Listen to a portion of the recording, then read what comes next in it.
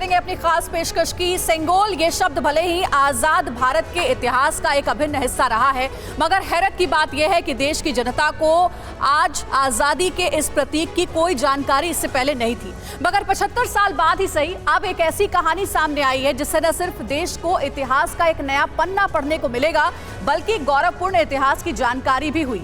सेंगोल, जिसे संपदा से संपन्न इतिहास का प्रतिबिंब कहा जा रहा है, उसे अब हर कोई जानने लगा है। 28 मई को देश की संसद में इसकी स्थापना होगी।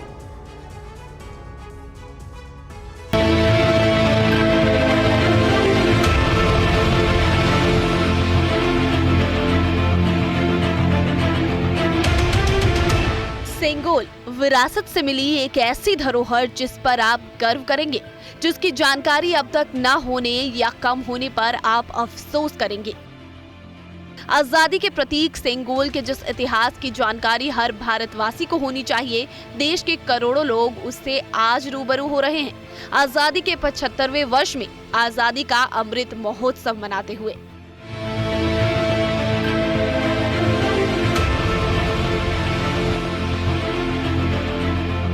हम में से जिन्हें भी इलाहाबाद संग्रहालय जाने का सौभाग्य मिला होगा, मुमकिन है उन्हें इस धरोहर के बारे में जानकारी हो, लेकिन देश के ज्यादातर लोग अब तक इससे अनजान ही रहे और यकीन मानिए ये संख्या करोड़ों में है। सेंगोल एक तमिल शब्द है जिसका अर्थ होता है संपदा से संपन्न। हम सेंगोल के बेमिसाल इतिहास से आपका पूरा साक्षात्कार कराएंगे, लेकिन इससे पहले बड़ी खबर यह है कि ये धरोहर अब हमारी संसद की शोभा बढ़ाएगा। लोकसभा में स्पीकर की कुर्सी के पास स्थापित होगा। दरअसल 14 अगस्त 1947 को जब अंग्रेज हमें सत्ता हस्तांतरित कर रहे थे, तो यही सेंगोल उसका जरिया बना था। तब लॉर्ड माउंटबेटन ने पंडित जवाहरलाल नेहरू से पूछा था कि सत्ता हस्तांतरण का तरीका क्या हो। पंडित जी दुविधा में पड़ गए। तब उन्होंने प्रकांड विद्वान सी राजगोपालाचारी जी से मशवरा किया। राजगोपालाचारी जी ने ही पंडित नेहरू को सेंगोल के जरिए सत्ता परिवर्तन के इतिहास की जानकारी दी। उन्होंने ये बात को राजा जी के सामने रखा। राजा जी ने अनेक पुराने ग्रंथों का अभ्यास कर, अनेक प्रक्रियाओं को स्टडी कर साम्राज्यों के समय में सत्ता के हस्तांतरण की प्रक्रिया का एक सटीक इतिहास रेखांकित कर इस सेंगोल की प्रक्रिया को चिन्हित किया और पंडित नेहरू को बताया कि हमारे यहाँ हमारी परंपरा में इस सेंगोल के माध्यम से सत्ता के हस्तांतरण की प्रक्रिया को अधिकृत किया गया है और इस प्रकार ये प्रक्रिया तय हुई। दरअसल सेंगोल का इतिहास चोल साम्राज्य से जुड़ा है, जहां कोई एक राजा जब दूसरे को सत्ता सौंपता था तो सेंगोल देकर ही ये काम पूरा होता था। ये सेंगोल एक तरह से नए शासक को शासन करने का अधिकार देता था।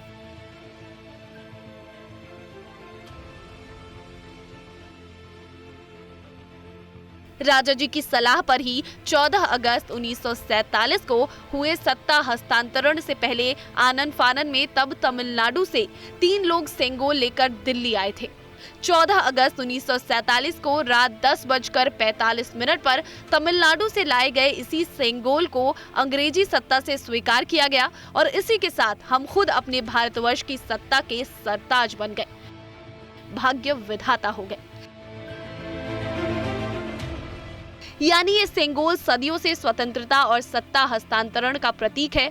भारत के इतिहास में ये आखिरी बार पंडित नेहरू ने अंग्रेजों से सत्ता मिलने के प्रतीक के तौर पर इसे स्वीकार किया।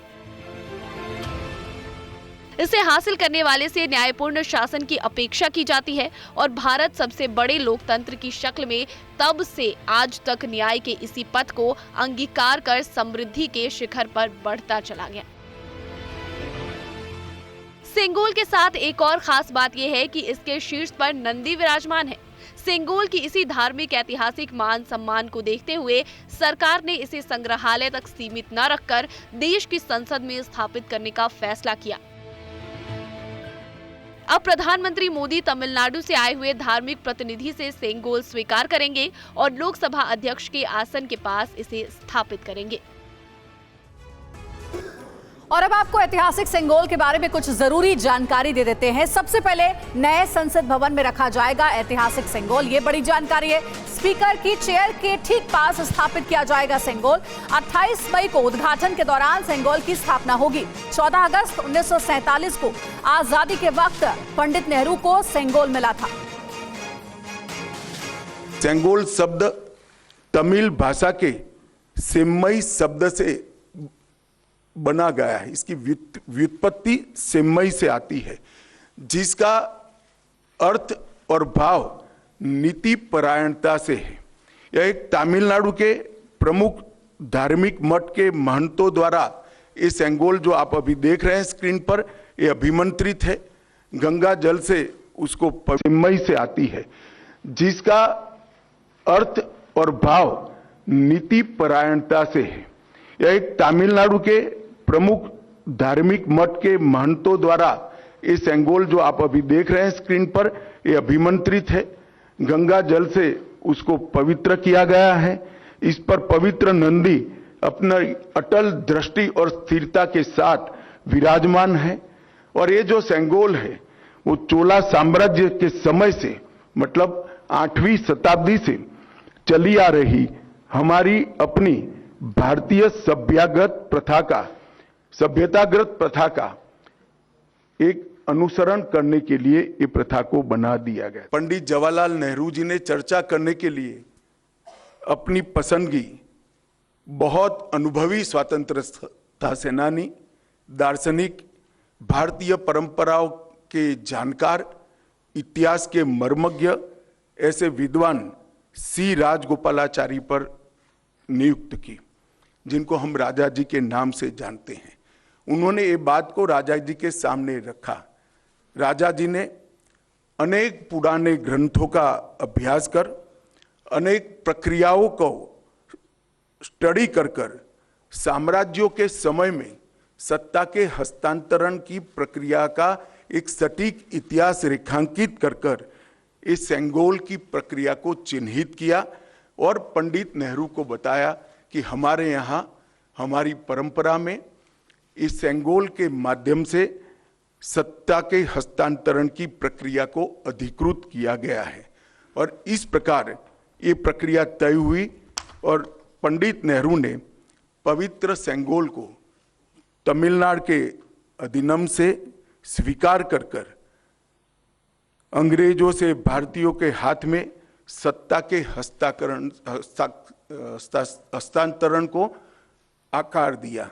वही क्षण था जब पंडित नेहरू ने सेंगोल को स्वीकार किया, जब हम जिसको स्वतंत्रता कहते हैं इसका सटीक स्तन था। हमारी सरकार का मानना है कि इस पवित्र सेंगोल को किसी संग्रहालय में रखना अनुचित है। सेंगोल की स्थापना के लिए संसद के भवन से अधिक उपयुक्त और पवित्र और उचित स्थान कोई हो ही नहीं सकता। इसलिए जब संसद भवन का देश को समर्पण होगा, उसी दिन आदरणीय प्रधानमंत्री नरेंद्र मोदी जी बड़ी विनम्रता के साथ तमिलनाडु से आए हुए अधिनियम से सेंगोल को स्वीकार करेंगे और अत्यंत आदरपूर्वक माननीय लोकसभा के अध्यक्ष के आसन के समीप सम्मान के साथ इसको स्थापित करेंगे। तो देखिए, केंद्रीय मंत्री अमित शाह ने खुद प्रेस कॉन्फ्रेंस करके सेंगोल से जुड़ी जानकारी दी। नए संसद भवन में स्थापित किया जाएगा सेंगोल। अब जल्दी से बिग बॉल पर इससे जुड़ी कुछ और डिटेल्स आपके साथ हम पहुंचाते हैं, आपको शेयर करते हैं। देखिए, स्वतंत्रता और सत्ता हस्तांतरण का ये प्रतीक है, ट्रांसफर किया जाता है सत्ता, इसका ये प्रतीक है। पंडित नेहरू ने स्वीकार किया था सेंगोल और इसके बाद इससे जुड़ी जानकारी ये है कि अंग्रेजों से सत्ता मिलने का ये प्रतीक है और इसीलिए कहा जाता है कि इसे हासिल करने वाले से न्यायपूर्ण शासन की उम्मीद अपेक्षा रहती है। और इसका जो आकार है, पूरा डिजाइन है, वो कैसा है? ध्रुव तारे जैसा है, शीर्ष पर नंदी विराजमान है, आपको रिपोर्ट में भी हमने बताया। साथ ही लोकसभा स्पीकर के चेयर के ठीक पास सेंगोल को लगाया जाएगा। सेंगोल को संग्रहालय में रखना ठीक नहीं, अभी सुना आपने प्रेस कॉन्फ्रेंस में अमित शाह ने खुद ये बात कही। और सेंगोल चोल के वक्त से चली आ रही परंपरा है। अब तक इसे कहाँ रखा गया था? इलाहाबाद के एक संग्रहालय में, म्यूजियम में रखा गया था, लेकिन अब नए संसद भवन में इसे स्थापित किया जाएगा। सेंगोल चोल के वक्त से ही चली आ रही एक बहुत ही बड़ी और महत्वपूर्ण परंपरा है, जिसे आगे भी अब निभाया जाएगा। सेंगोल पाने वाले से निष्पक्ष शासन की अपेक्षा होती है। सेंगोल का अर्थ नीति परायणता भी है। तो सेंगोल से जुड़ी ये वो जानकारियां जो इससे पहले शायद आप नहीं जानते होंगे, लेकिन अब जब नए संसद भवन में इसकी स्थापना की जाएगी तो पूरी दुनिया, पूरा देश इसके बारे में जान सकेगा। टीवी 9 संवाददाता आमोद राय ने गृह मंत्री से संसद भवन को लेकर हो रही राजनीति पर भी सवाल पूछा। उनका क्या जवाब था, आपको सुनाते हैं। सर, आमोद हूँ टीवी 9 भारतवर्ष से। एक जो संगोल के हस्तांतरण की प्रक्रिया थी और इसको ले जाकर म्यूजियम में रख दिया गया था, अब इसको पुनर्स्थापित करने की कोशिश जो की जा रही है, लेकिन इसको पुनर्स्थापित करने से क्या आपको लगता है कि जो इसको एक नया लोगों को जानने का मौका मिलेगा संगोल के बारे में, और जो अभी आज के डेट में राजनीति की जा रही है संसद भवन को लेकर, उसको थोड़ा कम बल मिलेगा इससे? देखिए, सेंगोल को किसी राजनीति से नहीं छोड़ना चाहिए। यह एक भाव का प्रतीक है कि शासन न्यायपूर्ण तरीके से चले, नीति के अनुसार चले और कर्तव्य के रास्ते पर चले। और वो संसद में सेंगोल को स्थापित करने से हमेशा ये संदेश हमारे लोकतंत्र के लिए समग्र जनता में और जनता के प्रतिनिधियों के बीच में जाना है। ये इसके पीछे भाव है। राजनीति अपनी जगह पे चलती रहती है। तो देखिए, अमित शाह ये कह तो रहे हैं कि नए संसद भवन पर किसी को राजनीति नहीं करनी चाहिए, लेकिन विपक्षी पार्टियां राजनीति कर रही हैं क्योंकि उद्घाटन से दूरी बना ली गई है। इसके बारे में भी आगे आपको जानकारी देंगे। ब्रेक के बाद स्वागत है आपका। एक बड़ी खबर इस बीच आपको दे दें। संसद भवन के उद्घाटन के बहिष्कार पर विपक्षी पार्टियों ने बयान भी दिया है। 19 ऐसी पार्टियां हैं जिसने बहिष्कार किया है। 19 पार्टियों ने बहिष्कार को लेकर एक साझा बयान जारी किया। कांग्रेस, आम आदमी पार्टी समेत तमाम विपक्षी दलों ने उद्घाटन का विरोध किया है। केंद्र सरकार पर लोकतंत्र को खतरे में डालने का आरोप लगाया। निरंकुश तरीके से संसद का निर्माण करने का आरोप लगाया है।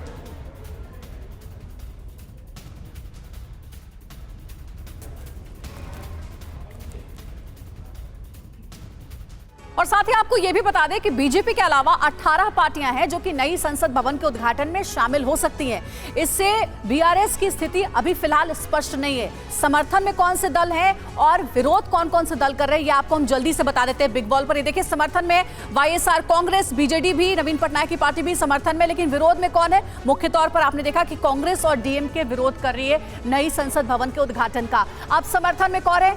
एलजेपी, चिराग पासवान की पार्टी, जो दोनों ही गुट हैं, वो समर्थन में। वहीं टीडीपी भी सपोर्ट कर रही है समर्थन में, लेकिन टीएमसी, ममता बनर्जी और नीतीश कुमार, जेडीयू, ये विरोध कर रहे हैं नई संसद भवन के उद्घाटन का। वहीं समर्थन में एआईएमआईएम तो है, लेकिन इन्हें नाराजगी ओवैसी को कि हमसे कुछ पूछा नहीं जाता है, हमसे क्यों नहीं पूछा गया, क्या हम अछूत हैं।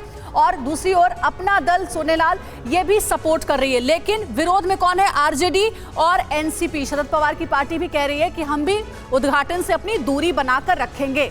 अकाली दल समर्थन में है, आजसू भी समर्थन में है, लेकिन विरोध में सीपीआईएम और सीपीआई भी विरोध में है। वो कह रही है कि हम उद्घाटन में नहीं जाएंगे। वहीं एआईएडीएमके और एआईयूडीएफ ये सपोर्ट में, समर्थन में, लेकिन विरोध में कौन है?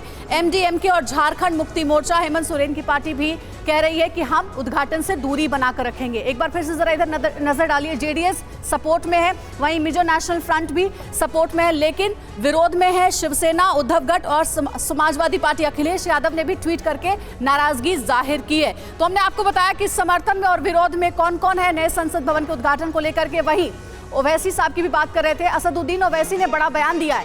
नए संसद भवन का उद्घाटन स्पीकर को करना चाहिए, ये बयान उन्होंने दिया है। और अगर पीएम हमारी बात मानते हैं तो एआईएमआईएम उद्घाटन में शामिल होगी। विपक्ष ने हमसे संपर्क नहीं किया क्योंकि वो हमें अछूत समझते हैं।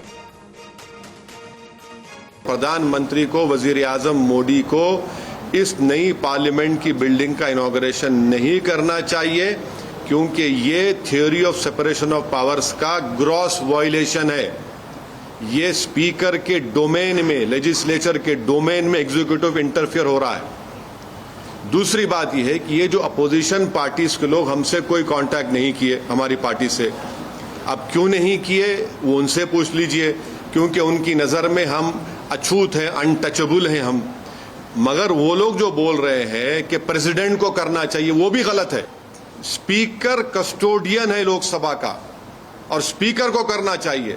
हम देश के वजीर आजम से, प्रधानमंत्री से ये डिमांड करते हैं कि आप पीछे हट जाइए। आपका तो नाम आ जाएगा फाउंडेशन स्टोन में, इनॉग्रेशन स्पीकर ओम बिरला साहब करने दीजिए। तो वहीं संसद उद्घाटन को लेकर राहुल गांधी का बीजेपी पर हमला, राष्ट्रपति से उद्घाटन ना कराना सर्वोच्च संवैधानिक पद का अपमान है। संसद अहंकार की ईंटों से नहीं, संवैधानिक मूल्यों से बनती है। ये देखिए राहुल गांधी का ट्वीट आपको दिखा रहे हैं, जिसमें सरकार पर हमला बोलते हुए सवाल भी उठा दिए हैं।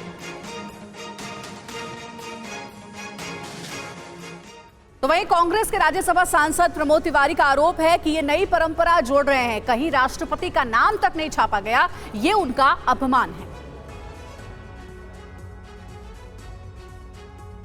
हमारे साथ प्रमोद तिवारी हैं, राज्यसभा में पार्टी के उप नेता हैं, वरिष्ठ कांग्रेस नेता हैं। सर, 5-6 विपक्षी पार्टियों ने बहिष्कार की घोषणा की है। सवाल यही है कि राष्ट्रपति से ही ये इनॉग्रेशन होना चाहिए। कांग्रेस पार्टी की स्थिति क्या है? संवैधानिक प्रमुख महामहिम राष्ट्रपति होते हैं। दोनों सदनों को संयुक्त रूप से वही संबोधित करते हैं। उनसे उद्घाटन न करा के ये संविधान का भी अपमान हो रहा है और संसदीय परंपराओं का भी अपमान हो रहा है। भाजपा कितनी बचकानी बात कर रही है कि लाइब्रेरी का उद्घाटन हुआ या एनेक्सी का उद्घाटन। अरे संसद कक्ष का, संसद भवन का उद्घाटन तो आज तक नहीं हुआ। ये जहां पे लोकसभा और राज्यसभा बैठती है, पहली बार वो बन रहा है और वहां सिर्फ इसलिए भारत की राष्ट्रपति को नहीं बुलाया जा रहा है कि प्रधानमंत्री जी कर सकें। और भारत की राष्ट्रपति को न बुलाना आदिवासियों का, महिलाओं का और संविधान का अपमान है और एक नई परंपरा जोड़ रहे हैं। ये मैं निमंत्रण पत्र देख रहा, उसमें उपराष्ट्रपति जो हमारे सभापति हैं राज्यसभा के, उनको नाम तक उनका नहीं छपा, उनको बुलाया तक भी नहीं गया, जबकि प्रोटोकॉल में वो लोकसभा से बड़े होते हैं। यानी क्या ये सिर्फ लोकसभा का हो रहा है? या धनखड़ जी का यही कसूर है कि वो पढ़े लिखे एडवोकेट और किसान हैं, तो वहाँ किसान, दलित, अनुसूचित जात, महिलाओं की कोई आवश्यकता नहीं, उनका अपमान कर रहे हैं प्रधानमंत्री जी। आप अब भी रोक दीजिए इसे। तो देखिए विपक्षी पार्टी बीजेपी को लेकर हमलावर है। उद्घाटन को लेकर मचे विवाद पर समाजवादी पार्टी के अध्यक्ष अखिलेश यादव ने भी बयान दिया है, जहां सत्ता का अभिमान विपक्ष का मान नहीं, वो सच्ची संसद नहीं। ऐसी संसद के उद्घाटन में क्या जाना। ये देखिए अखिलेश यादव का ट्वीट आपको दिखा रहे हैं। आगे वो लिखते हैं, सबको सुनने समझने का मौका देना सच्ची संसदीय परंपरा है।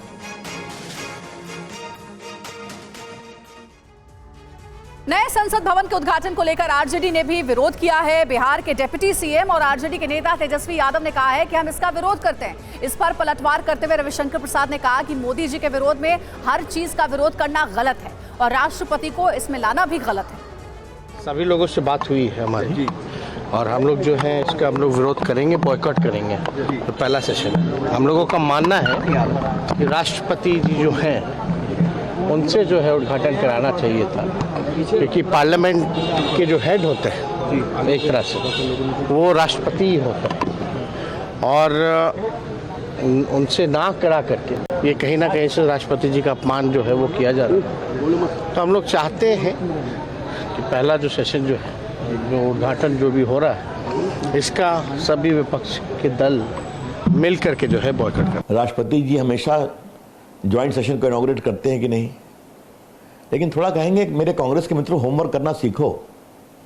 दिल्ली के संसद में संसदीय सौध का उद्घाटन इंदिरा गांधी ने किया था कि नहीं किया था? पार्लियामेंट्री एनेक्सी का, पार्लियामेंट्री लाइब्रेरी का शिलान्यास राजीव गांधी ने रखा था कि नहीं प्रधानमंत्री के रूप में? इतने पोर्ट्रेट लगते हैं नेताओं के संसद में, कई का पोर्ट्रेट राष्ट्रपति उद्घाटन करते हैं, कई बार प्रधानमंत्री ने किया है। मुझे बताया गया कि वीपी सिंह चंद्रशेखर ने भी कई लोगों के पोर्ट्रेट को इनॉग्रेट किया है, कई बार अटल जी ने किया है। तो ये तो भारत की परंपरा है ना, राष्ट्रपति का भी सम्मान, प्रधानमंत्री का भी सम्मान। इसको लेकर क्या तूफान खड़ा किया गया है?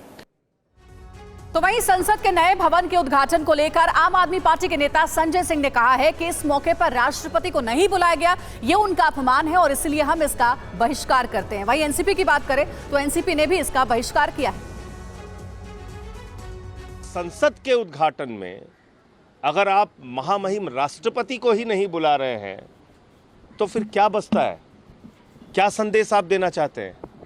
आपने महामहिम राष्ट्रपति का तो घोर अपमान किया ही है, साथ ही साथ इस देश के आदिवासियों का, दलितों का, वंचित समाज का घोर अपमान किया है। इसलिए आम आदमी पार्टी इस कार्यक्रम का बहिष्कार करेगी और नए संसद के उद्घाटन के कार्यक्रम में हम लोग नहीं जाएंगे। देश के नए संसद भवन का उद्घाटन देश के राष्ट्रपति इनके कर कमलों से होना चाहिए, लेकिन ये उद्घाटन हो रहा है देश के प्रधानमंत्री के हाथों से।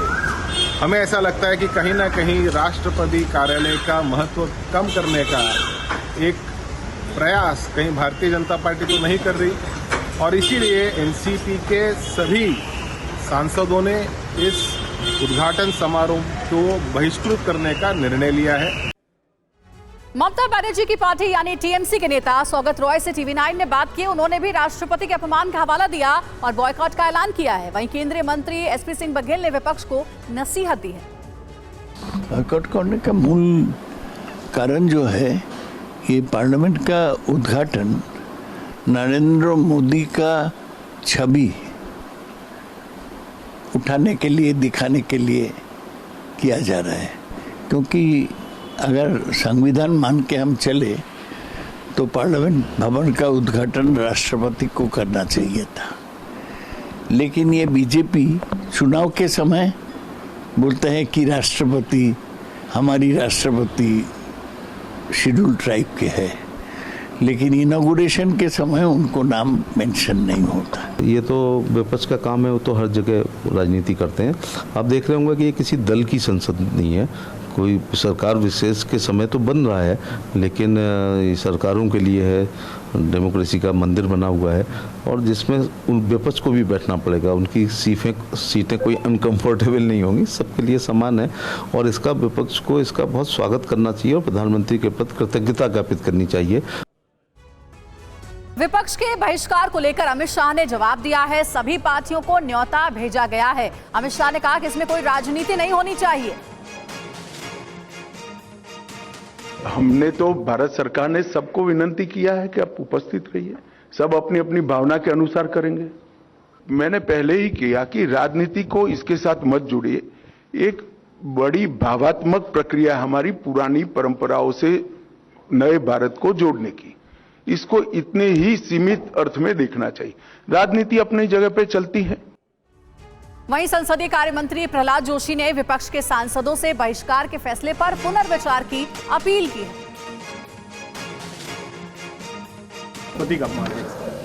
देखिए, इतना ही मैं कहना चाहता हूं।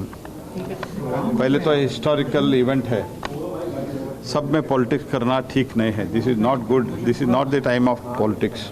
मैं सभी से आग्रह करता हूं, रिकंसिडर करके आप कृपया हाजिर हो जाए। सब वो कहते हैं राष्ट्रपति का अपमान है, इसलिए हम नहीं तो जा रहे। बिल्कुल ठीक नहीं है, के कारण है ये बिल्कुल ठीक नहीं है। स्पीकर साहब कस्टोडियन ऑफ द पार्लियामेंट होता है। कभी भी स्पीकर साहब ने प्रधानमंत्री जी को इनवाइट किया है और इसके साथ ही साथ पार्लियामेंट प्रेमाइसेस में ही पहले प्रधानमंत्री जो थे उन लोगों ने भी बहुत बिल्डिंग वगैरह उद्घाटन की है। तो इसीलिए ये ऐसे कारण लेके एक ऐसा अच्छा कार्यक्रम बायकॉट करना ये बिल्कुल ठीक नहीं है। मैं बार बार निवेदन करना चाहता हूं, आप रिकंसिडर करके कार्यक्रम में आ जाइए। केंद्रीय मंत्री गिरिराज सिंह ने तो कांग्रेस को लोकतंत्र का हत्यारा करार दिया और कहा कि कांग्रेस के लगाए आपातकाल में जेल जाने वाले लालू नीतीश आज उसी के साथ खड़े हैं। बीजेपी के वरिष्ठ नेता और केंद्रीय मंत्री गिरिराज सिंह हमारे साथ हैं। सर, नई संसद का उद्घाटन होने जा रहा है, लेकिन कांग्रेस समेत 19 विपक्षी दलों ने इस उद्घाटन समारोह का बहिष्कार करने का ऐलान किया है। कांग्रेस तो लोकतंत्र की हत्या बहुत पहले कर दी। जेपी एजिटेशन 74 के आंदोलन में ही कांग्रेस ने इमरजेंसी लगा करके 75 में लोकतंत्र की हत्या कर दी। अब इस लोकतंत्र के हत्यारे के साथ वे लोग भी हैं, नीतीश कुमार, जो उसी एजिटेशन के कारण पैदा लिए, लालू जी, नीतीश जी, कई ऐसे विपक्षी दल जिनका नाम लिए हैं,